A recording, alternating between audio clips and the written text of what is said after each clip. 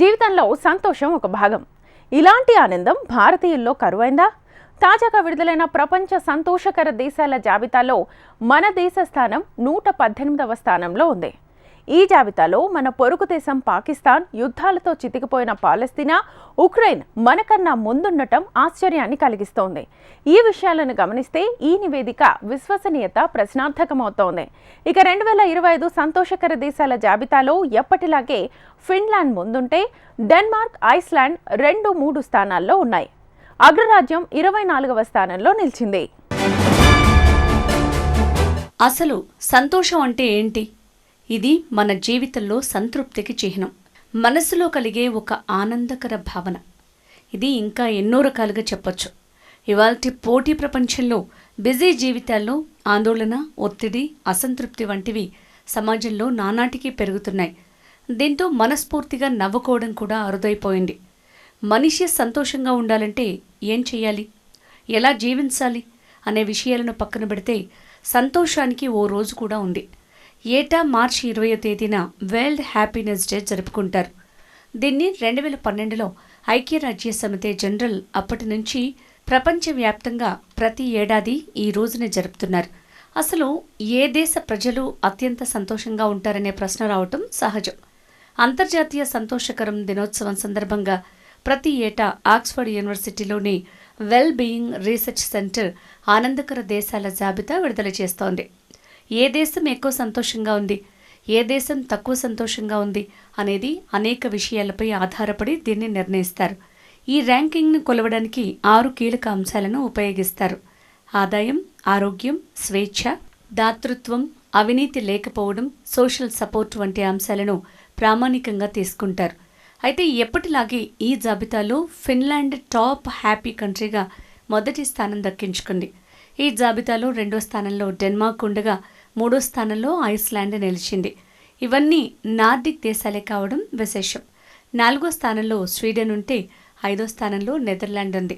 విచిత్రం ఏంటంటే గతేడాది అంటే 2024 హ్యాపీనెస్ రిపోర్టులో కూడా ఫిన్లాండ్, డెన్మార్క్, ఐస్లాండ్, స్వీడన్ మొదటి 4 స్థానాల్లో నిలిచాయి. అయితే గతేడాది 5వ స్థానంలో నిలిచిన ఇజ్రాయెల్ ఈ ఏడాది 8వ స్థానానికి వెళ్ళిపోయింది.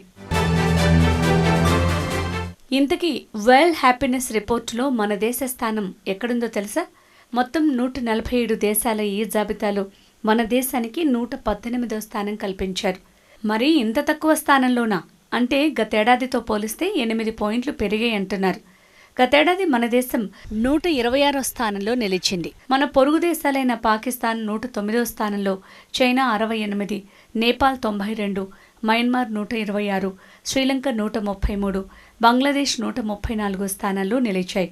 అన్నింటికన్నా విచిత్రం ఏంటంటే ఉగ్రవాదం, జాతుల వైరం, ఆర్థిక మాంద్యం, పేదరికం, రాజకీయ అస్థిరతతో బాధపడుతున్న పాకిస్తాన్ మనకన్నా సంతోషకరంగా ఉందని ఈ జాబితా చెప్తోంది. యుద్ధాలతో సర్వస్వం కోల్పోయిన పాలస్తీనా 108, ఉక్రెయిన్ 111 స్థానాల్లో ఉన్నాయి. హమాస్తో యుద్ధం కొనసాగుతున్నప్పటికీ సంతోషకర దేశాల్లో ఇజ్రాయెల్ 8వ స్థానంలో ఉండటం గమనించవచ్చు.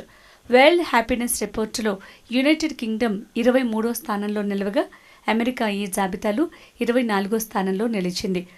12 ఏళ్ల క్రితం 11వ స్థానంలో ఉన్న అగ్రరాజ్యం 2024లో 23వ స్థానంలో నిలిచింది. ఆ తర్వాత నుంచి అంతకంతకు పడిపోతూ వస్తోందని నివేదిక తెలిపింది. తాలిబాన్ల పాలనలోకి వెళ్లిన తర్వాత తీవ్ర సంక్షోభం ఎదుర్కొంటున్న ఆఫ్ఘనిస్తాన్ ఈ ఏడాది కూడా హ్యాపీనెస్లో అట్టడుగున అంటే 147వ స్థానంలో నిలిచింది. ఆసక్తికర విషయం ఏంటంటే టాప్ హ్యాపీనెస్ ర్యాంకింగ్స్లో ప్రపంచంలోని పెద్ద దేశాలు లేకపోవటాన్ని నివేదిక ప్రత్యేకంగా గుర్తు చేసింది. వరల్డ్ హ్యాపీనెస్ రిపోర్టులో భారత్ని 118వ స్థానంలో చూపించడం గమనిస్తే మన దేశంలో సంతోషం లేదా అనే అనుమానం కలుగుతోంది. మనకన్నా అధ్వాన స్థితిలో ఉన్న దేశాల్లో సంతోషం ఎక్కువ ఉన్నట్లు చూపించడం గమనిస్తే ఈ నివేదిక విశ్వసనీయత మీద అనుమానాలు కలుగుతున్నాయి. ప్రతి దేశంలో సంతోషానికి అక్కడి సామాజిక, రాజకీయ, మతపరమైన జీవన విధానాల్ని కూడా ప్రామాణికంగా తీసుకోవాలి.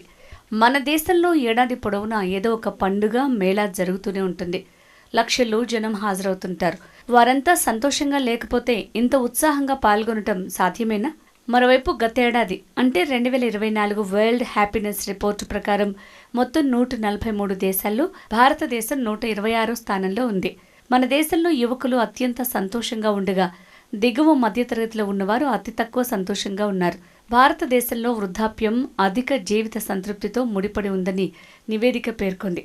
దీంతో వయస్సు, జీవిత సంతృప్తి మధ్య సానుకూల సంబంధం అధిక ఆదాయ దేశాల్లో మాత్రమే ఉందని, కొన్ని వాదనలు సరికాదని తేలిపోయింది. సగటున భారతదేశంలోని వయోజనుల్లో మహిళల కంటే పురుషులు జీవితంలో ఎక్కువ సంతోషంగా ఉన్నారు.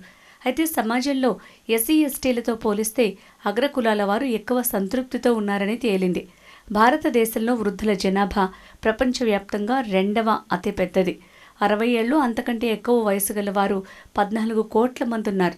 25 కోట్లతో చైనా మొదటి స్థానంలో ఉంది. 60 ఏళ్ళు అంతకంటే ఎక్కువ వయసు గల భారతీయుల సగటు వృద్ధి రేటు దేశ మొత్తం జనాభా వృద్ధి రేటు కంటే 3 రెట్లు ఎక్కువ అని నివేదిక పేర్కొంది.